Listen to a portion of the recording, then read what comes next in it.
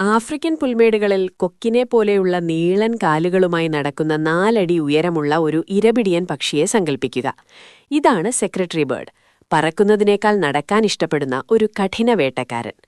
വിഷപ്പാമ്പുകളെ മിന്നൽ വേഗത്തിൽ ശക്തമായ ചവിട്ടുകളിലൂടെ കീഴടക്കുന്ന ഇവയുടെ വേട്ടയാടൽ രീതി വളരെ പ്രസിദ്ധമാണ്.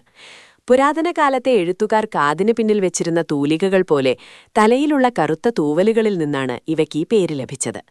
പുൽമേടുകളിലെ മനോഹരം എന്നാൽ അപകടകാരികളുമായ കാവൽക്കാരാണ് ഈ പക്ഷികൾ.